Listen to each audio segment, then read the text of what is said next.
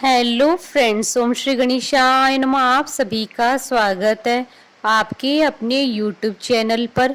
Friends, आज हम आपको इस वीडियो में बताने जा रहे हैं वट सावित्री व्रत की पौराणिक व्रत कथा और महत्व के बारे में। फ्रेंड्स, वीडियो शुरू करने से पहले आपसे रिक्वेस्ट है, अगर आप हमारे चैनल पर नए हैं और आपने अभी तक चैनल को सब्सक्राइब नहीं किया है तो प्लीज़ सब्सक्राइब कीजिएगा चैनल को, साथ ही प्रेस कीजिएगा बेल आइकन को, जिससे नए वीडियो से रिलेटेड नोटिफिकेशन आपको तुरंत प्राप्त हो सके।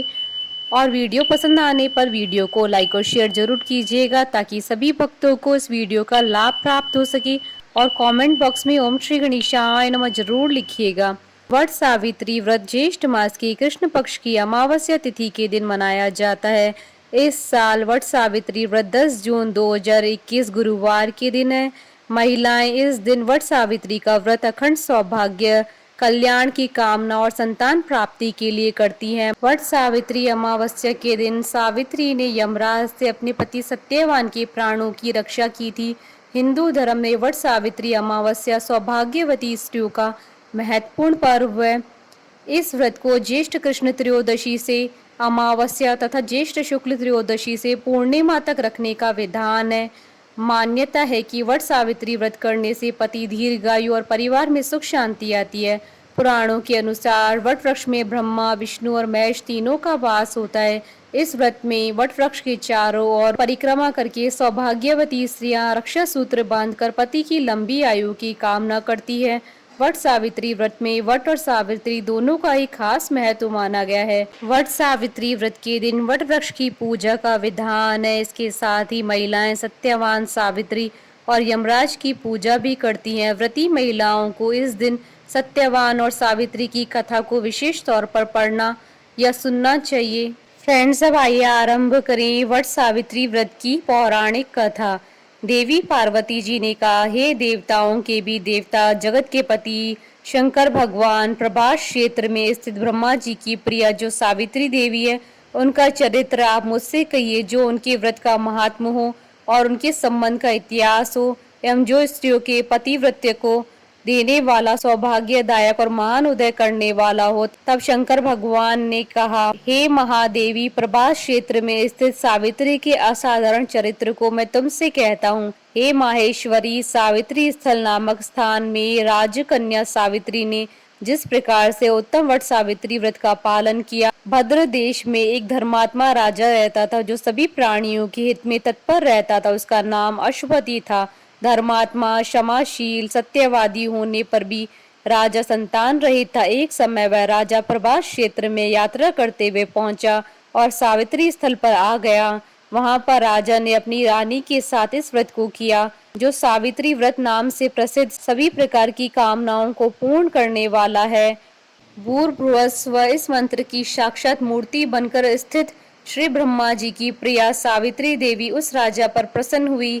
कमंडल को धारण करने वाली वह सावित्री देवी दर्शन देने के बाद पुनः अदृश्य हो गई, लेकिन देवी के दर्शन के पुण्य से कुछ दिनों के बाद राजा अशोपति के घर देवी के समान रूप वाली कन्या का जन्म हुआ, जो देवी सावित्री के अंश से उत्पन्न हुई थी। देवी सावित्री की प्रसन्नता से प्राप्त तथा सावित्री की पूजा करने के बाद उत्पन्न कन्या का नाम भी सावित्री रखा गया। वह राजकन्या देवी लक्ष्मी के समान शोभित होती हुई बड़ी होने लगी और धीरे धीरे सुकोमल अंगों वाली वह कन्या यौवन अवस्था को प्राप्त हुई। नगरवासी उस कन्या को देखकर यही समझते थे कि वह कोई देव कन्या है। कमल के समान विशाल नेत्रों वाली एवं तेज से अग्नि के समान प्रज्वलित होती भी वह सावित्री महर्षि भृगु द्वारा कहे हुए सावित्री व्रत को करने लगी। लक्ष्मी के समान सुशोभित होने वाली वह कन्या एक दिन देवी सावित्री की पूजा के बाद पिता के पास खड़ी हो गई। उस समय पुत्री की युवावस्था को प्राप्त हुई देखकर राजा ने मंत्रियों से सलाह किया। इसके बाद राजा ने सावित्री से कहा, हे पुत्री, तुम्हें योग्य वर को देने का समय आ गया है। मुझसे कोई तुम्हें मांगने के लिए भी नहीं आता और मैं भी विचार करने पर तुम्हारी आत्मा के अनुरूप वर को नहीं पा रहा हूँ। अतः हे पुत्री, देवताओं के निकट मैं जिस तरह से निंदनीय ना हूँ वैसा तुम करो। मैंने धर्मशास्त्र में पढ़ा और सुना भी है कि यदि पिता के गृह में रहती हुई विवाह के पहले ही जो कन्या रजोधर्म से युक्त हो जाती है, उसके पिता को बड़ा पाप लगता है। इसलिए हे पुत्री, मैं तुमको भेज रहा हूँ कि तुम स्वयं ही अपने योग्य वर ढूंढ लो। वृद्ध मंत्रियों के साथ शीघ्र जाओ और मेरी बात को मानो। इसके बाद आप जैसा कहते हैं वैसा ही होगा। ऐसा कहकर सावित्री घर से निकलकर राजऋषियों के साथ तपोवन की ओर चल पड़ी और वहां पहुंचकर माननीय वृद्धजनों को प्रणाम करके सभी तीर्थों और आश्रमों में जाकर पुनः मंत्रियों के साथ सावित्री अपने महल को लौट आई। यहाँ सावित्री ने पिताजी के साथ देवर्षि नारद जी को बैठे देखा। आसन पर बैठे हुए नारद जी को प्रणाम करके मुस्कुराती हुई जिस कार्य के लिए वन में गई थी सारी बातें कहने लगी। सावित्री बोली, हे नारद जी, शाल्व देश में धर्मात्मा दुम्तसेन नाम से विख्यात एक क्षत्रिय राजा हैं जो देव योग से नेत्रहीन हो गए हैं। रुक्मी नामक उनके एक सामंत ने उनसे राजपाट छीन लिया है।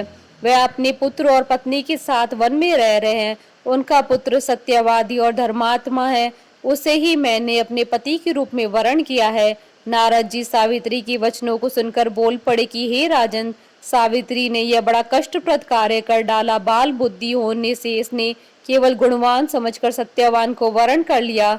सत्यवान मिट्टी के घोड़े बनाता है और घोड़े का चित्र भी बनाता है, इसे उसे चित्राश्व भी कहते हैं। सत्यवान दान और गुण में रंती देव के शिष्य के समान है, ब्राह्मणों की रक्षा करने वाला है और सत्यवादी भी है।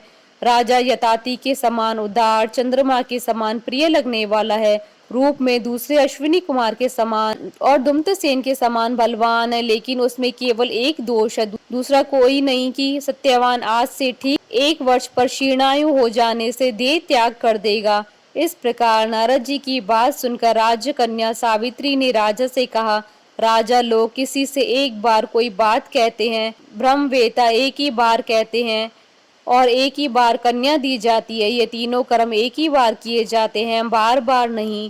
दीर्घायु हो या अल्पायु, गुणवान हो या निर्गुण, वर को एक ही बार वरण कर लिया, अब वह दूसरे वर को वरण नहीं करूंगी। नारद जी ने कहा, हे राजन, यदि आपको उचित लगता है तो अपनी पुत्री सावित्री का कन्यादान शीघ्र कर डालिए। राजा ने शुभ मुहूर्त में विधि विधान पूर्वक सत्यवान के संग सावित्री का विवाह करवा दिया। सावित्री अपने पति को पाकर ऐसे प्रसन्न थी जैसे पुण्यवान पुरुष स्वर्ग को पाकर प्रसन्न होता है। सावित्री उस सत्यवान के साथ आश्रम में रहते हुए नारद जी की कही हुई बात को याद करती रहती थी। उस दिन को गिनती रहती थी जब सत्यवान देह त्याग कर चले जाएंगे। जब सत्यवान के मरण के केवल 3 दिन शेष रहे, तब सावित्री ने निर्हार रहकर व्रत किया और तीसरे दिन सुबह स्नान करके देवता और पितरों का पूजन किया। फिर सास ससुर की चरण वंदना करके वह भी अपने पति के साथ जंगल की ओर चल पड़ी। जंगल में लकड़ी काटते काटते अचानक से सत्यवान के सिर में दर्द होने लगा। सावित्री ने कहा कि आप कुछ देर मेरी गोद में सिर रखकर सो जाइए, फिर हम आश्रम की ओर चलेंगे। जैसे ही सत्यवान सावित्री की गोद में लेटे, वैसे ही सावित्री ने देखा कि वह सांवले पिंगल वर्ण वाले किरीटधारी पीत वस्त्र पहने हुए साक्षात सूर्य के समान उदित हुए पुरुष उनके सामने खड़े हैं। सावित्री ने उन्हें प्रणाम किया और उनसे पूछा कि आप कौन है। इस पर यमराज ने कहा कि मैं प्राणियों के लिए भयंकर और कर्मानुसार उनका उचित दंड देने वाला यम हूँ। सो हे पतिव्रता सावित्री, समीप में पड़े हुए तुम्हारे पति की आयु समाप्त हो गई है, इसे यमदूत पकड़कर नहीं ले जा सकेंगे, इसलिए मैं स्वयं आया हूँ। ऐसा कहकर फांस के लिए हुए यमराज ने सत्यवान के शरीर से अंगुष्ठ मात्र शरीर वाले जीवात्मा को बलपूर्वक निकाल लिया। इसके बाद यमपुरी की ओर चलना शुरू किया। सावित्री भी यम के पीछे पीछे चलने लगी।